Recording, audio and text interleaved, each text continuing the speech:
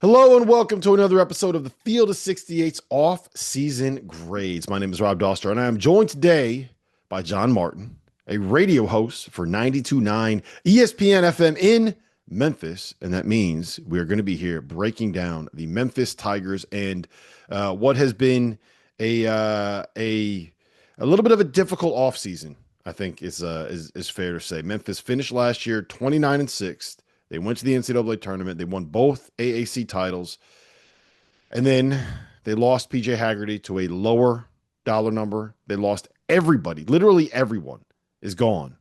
Um, and they made some additions here. Doug McDaniel, Sincere Parker, Aaron Bradshaw are probably the biggest names. If you're excited about anyone, John, I'm curious to hear what you have to say. But take me through a little bit what you make of this Memphis offseason and what you make of this roster that Penny Hardaway has put together. Because I have thoughts, and I'll kind of get into them in a second. I'll let you go first.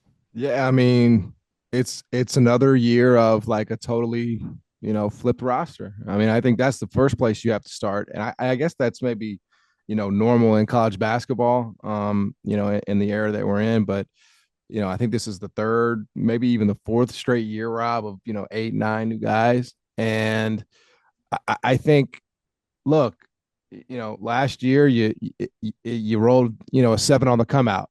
You go to the Mm-hmm. casino, you get nine new players: PJ Haggerty, Tyrese Hunter, Dane Danger, and you hit a lick at the casino, at the Portal Casino, and now you got to go back, and you're gonna do it with, I think, on paper, you know, you're trying to do the same thing with a I'd say slightly worse roster.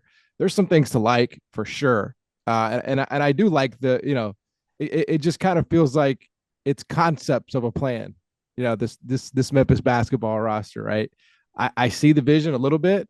Doug McDaniel obviously has been a power five point guard, has done it at a high level.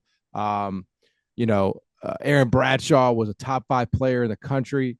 Jeff Goodman had him going number two in the 2025 NBA draft, 2 years ago, or whatever draft it would have been. So I see the vision.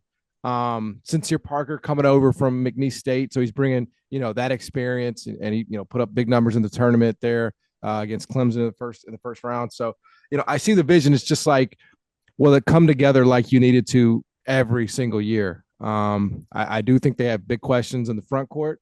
I think they have questions about sort of just cohesion just by default every single year. But I mean, I think when you just zoom out and just assess everything, Memphis is going to be the favorite in the AAC, just like they were a year ago.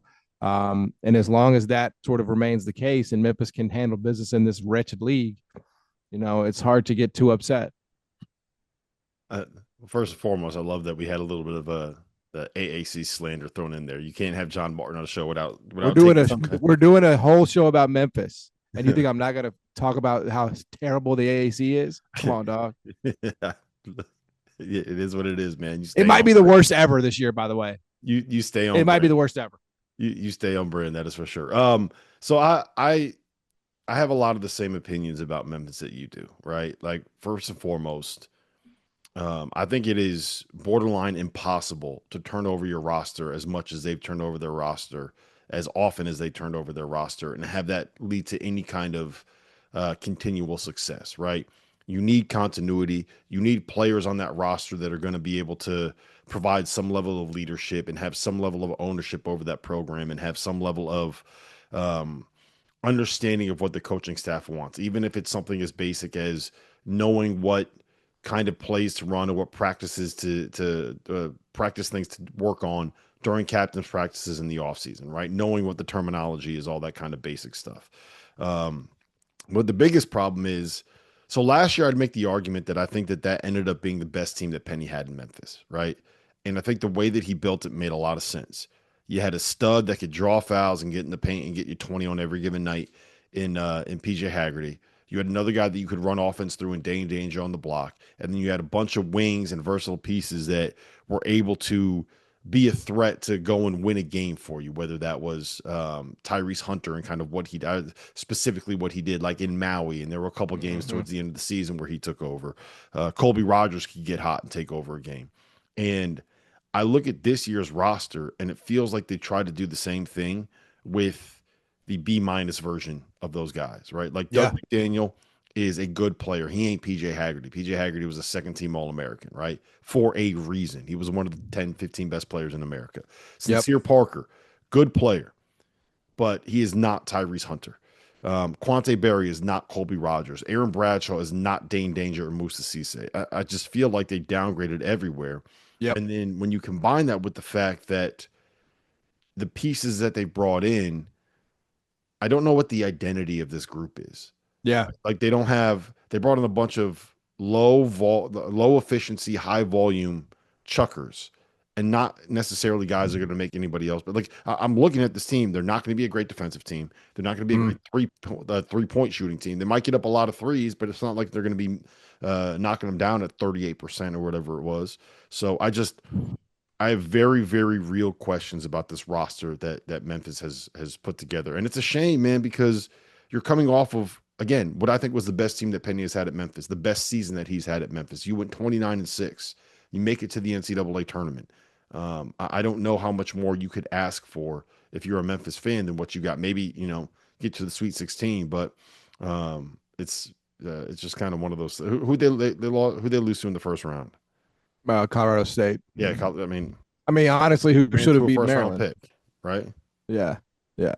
I mean, that was a tough one. It just feels like Memphis always gets these generational mid-major matchups. Mm-hmm. I mean, FAU a couple of years ago, who they should have beat, and then Colorado State, which they were leading at half. And Colorado State obviously should have beaten Maryland. But yeah, a couple of things went against Memphis. PJ Haggerty's guidance was one of them. I mean, they made PJ Haggerty the best financial offer. I mean, they offered him $3 million before the portal even began. Like, hey, this is what we're gonna do for you. And you've seen it around like Mm-hmm. JT Toppin at Texas Tech, right? Hey, we'll give you $40 million if you don't go through the draft. Okay, so he comes back. I think that kind of was the idea with Memphis. Like, hey, we'll give you $3 million if you don't enter the portal. He thought he could get more. I mean, I remember the reporting from Goodman was he wanted 4. He never came close to that. And so then he ended up taking actually less ultimately at Kansas State because Memphis said, all right, well, that's not our offer anymore. It was contingent on all these things. You entered the portal, doesn't stand. So, bad guidance cost them PJ Haggerty. I think they really believed that they had a shot at Dane Danger getting another year, of eligibility. And obviously that did not happen. He's playing summer league now and well, I might add, with the Miami Heat. Interesting to see. So Rob, I think a couple of those things did go against Memphis there. The PJ Haggerty one, that's the killer to me. Yeah. Right. Like that's where if you get that done early, then you have kind of like the tent pole that you can build around. 100%. 100%. To me, when you're looking at this roster, all due respect to Doug McDaniel, because I think Doug McDaniel is he's not a bad player. There's a reason why he put up the numbers he did at Michigan. There's a reason why Kansas State paid him what he paid him last year. It was dysfunctional a little bit at both those spots. I think you could say part of that dysfunction was a result of Doug McDaniel, right? But it's not like he was in the greatest situations the last 2 years. Right. But he's not the player that PJ Haggerty was. Like you can build around PJ Haggerty and say, all right, you know what? Now we got a couple of guys that are going to be like floor spacers. All of a sudden, someone like a Julius Bedford who averaged like 13 points at Western Kentucky as a freshman, shot 36% from 3 on volume. All of a sudden, he looks like a guy that is a much more appealing piece. You know what I mean? Like you have a star and then role players around him, as opposed to now you have an inefficient kind of shot first point guard that hasn't proven that he can win, surrounded by a bunch of guys that are also inefficient shot first guy. Like if I can, like, I want to talk about that, right? Because I think when you think of Memphis's struggles, it's obviously never been about the talent that Penny collects. It's about putting it in roles, right? And defining those roles. That 21-22 team with Jalen Duren, Amani Bates, and Landers Nolley and Alex Lomax, it should have been. I mean, they were leading Gonzaga by double digits at half. It should have been so much better than an 8 seed. It should have been so much better than what it ultimately was. But Penny just had a terrible time.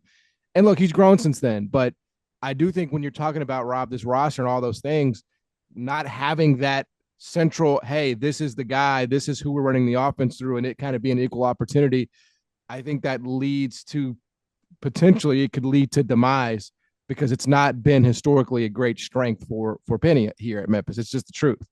Yeah. That's I mean, you're 100% correct. So, I'm very worried about how that backcourt is going to come together. In terms of the X factor for this group, beyond the simple idea that like, hey, can he get these guys to kind of come together and play together? To me, the X factor is Aaron Bradshaw. Like that dude was a top 5 player in his class for a reason, right? You're a 7-footer, you have some perimeter skill, you can make threes, you can block some shots. Um, we haven't seen any of that in his what is it, his 3rd year in college now, right? We haven't seen really it's rare that we've even seen glimpses of it at this point. And I feel like Memphis is a good spot for him because it's a little bit off of the national radar as opposed to being the starting center at Kentucky or whatever he was. And now he can kind of try to find his way and find his footing against a different level of competition than you'll see in the SEC or the Big Ten. And if he can find a way to get anywhere near what the expectations were coming out of high school for him, then all of a sudden you got a guy that like, I mean, he could be a 13.8 rebound, shoot 35% from three, and be a net positive defensively. And I think you got yourself a pretty damn good player at the 5 there. I don't know if that ends up coming to fruition. I don't know why it hasn't clicked for him at the college level. I don't know if it's an Aaron Bradshaw thing, like maybe he just doesn't love the game of basketball enough.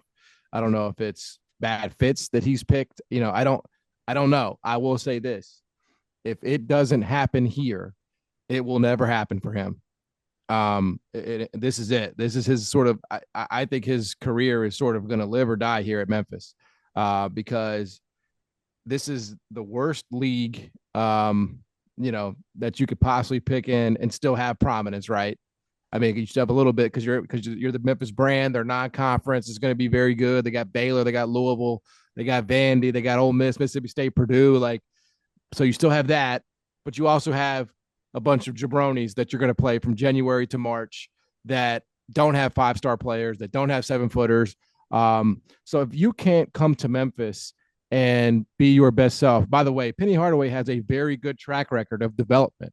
Like he got best seasons out of PJ Haggerty last year. He got best seasons out of Tyrese Hunter last year. He got best seasons out of Dane Danger. I know we all thought and assumed that Dane Danger would come to Memphis and blossom, but that was far from a guarantee, right? The numbers he was putting up, I don't think anybody necessarily thought they would be that good.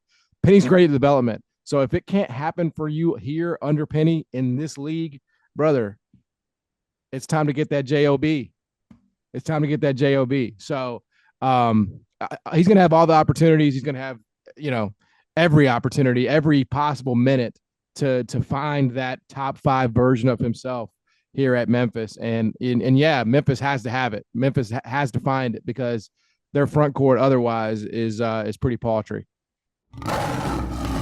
If you haven't heard by now, we have partnered with BetMGM for the season. We'll be using BetMGM lines to make all of our picks, and we'll have special offers for the listeners and the viewers. Download the BetMGM app and sign up using the bonus code FIELD.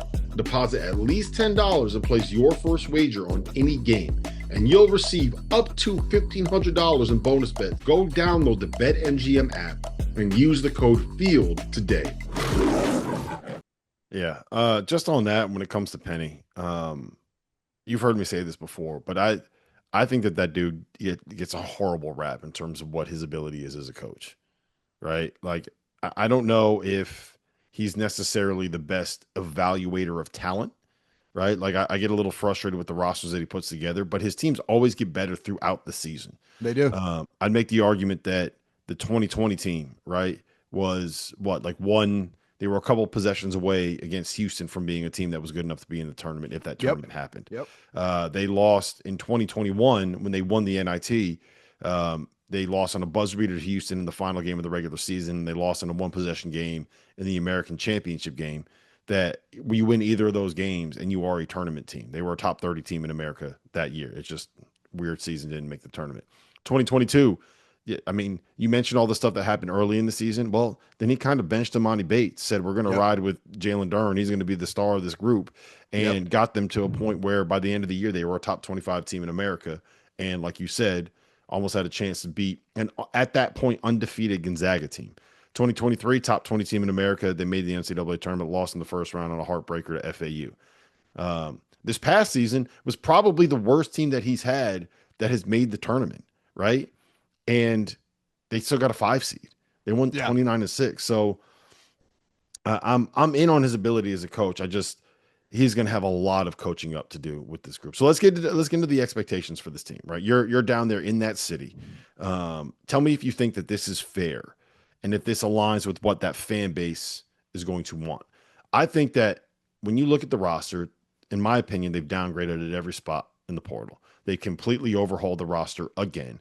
None of the guys that are on the roster right now were on the roster 2 years ago, with the exception of one of Hardaway's sons who's transferred out and then transferred back in, right? Um, I think you went from arguably the best team that Penny has had at Memphis to a team that is going to struggle to be able to get themselves in the conversation for an at-large berth. I don't. You mentioned all those SEC teams they're playing. I don't see them winning any of those games, to be frank. Like, to be honest with you, I think that this could end up being not very pretty in the non-conference. To me, it's win the American tournament, get yourself an automatic bid, and just pray that you're higher than like an 11 seed to have a chance to be able to make a little bit of noise here. I think if you make the tournament this season, that is a good season for Memphis. That is a positive season for Memphis. That is what the baseline expectations should be. And I don't know if there's much more on this roster to be like, hey, you know what? They could be a sneaky Cinderella if they get in. I just don't see it, man. Yeah, I think there's something to be said for just being a consistent tournament team every year, right? Like I think there's value in being that. Um, I would like to see a deep run. I think everybody would like to see a deep run at some point for Memphis because they've just been really, really close. Like they're a Sweet 16 team 2 years ago if they beat FAU, right? I mean, they were a top 10 team in 23, 24, before it all went to hell in a handbasket. They missed the NCAA tournament. And then Hey, you obviously know what we last didn't year. even say about last year? The maybe the second most important player on that roster got hurt heading into the tournament. If you have Yeah, Tyrese I mean, it was Hunter, a it's a killer. very different conversation Killer. about what happened to Colorado State. And They, if you they beat not only did Colorado not have, State, like yeah, look, the same thing again. Like if my uncle I'm not even gonna say the line, but you know what I yeah, yeah. you know where I'm going to that, right? Um, if you beat Colorado State in that first round, then you get a Maryland team with everything swirling around Kevin Willard, and all of a sudden it's like, oh, you know what? We might wake up in the Sweet 16 here again. So all that kind of hinged on Tyrese Hunter, and that's bad breaks that happen in the tournament. Every team's got to deal with them. It's part of life Well, in I would say like sports, yeah, but like you could play this game for every college basketball everyone, team, right? yes. Like if that virus didn't get out of the wet market in Wuhan, Dayton wins the 2020 NCAA tournament, right? Like I think we crowned 7 different champions for the COVID tournament. So which is fine. It didn't happen, so we can play that game. But yes, all those things are still valid. Like not only did Memphis not have Tyrese Hunter, they didn't have Dante Harris, their backup point guard in that game either. He had an ankle injury. So you're down your top 2 ball handlers there outside of PJ Haggerty. And yeah, you run into it. You run into a really well coached Colorado State team with a first round pick, and the chips fell where they fell. But yeah, I just think being a tournament team every single year and winning the conference, because I'm just a believer that like whoever, whether you're in the Big 12 or in the SEC, whatever, if you have the most money of anybody in that league, you have to win that league. Like, that's just the bottom line. So that's obviously the case here at Memphis. There's bigger questions about how well they can compete nationally with the NIL budget that they have, and the rev share that they have. But for the AAC purposes of this conversation, and that being your ticket to the tournament, you should win it every single year. Do you think that they are the best team in the AAC right now? I mean, yeah, I know, everybody wants to, everybody's infatuated with South Florida because they finally, for the first time in, well, I won't say for the first time because rest in peace, Coach Abdur Rahim. Like they definitely did have a pulse 3 years ago, 2 years ago. But I'm not really a huge believer. I guess I'm not as huge a believer as Bart Torvik is right now. I kind of need to see it. So I would sort of say as this AAC discussion goes, the road leads through Memphis, and until that changes, I'm going to go with the Tigers.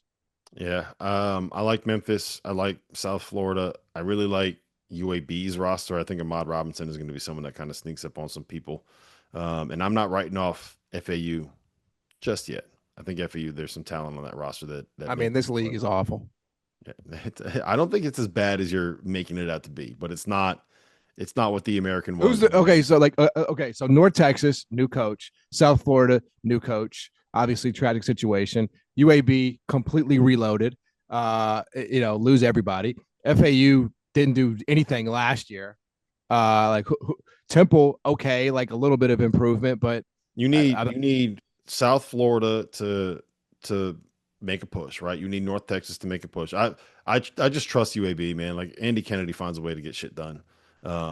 It's Wichita State to me. It's right.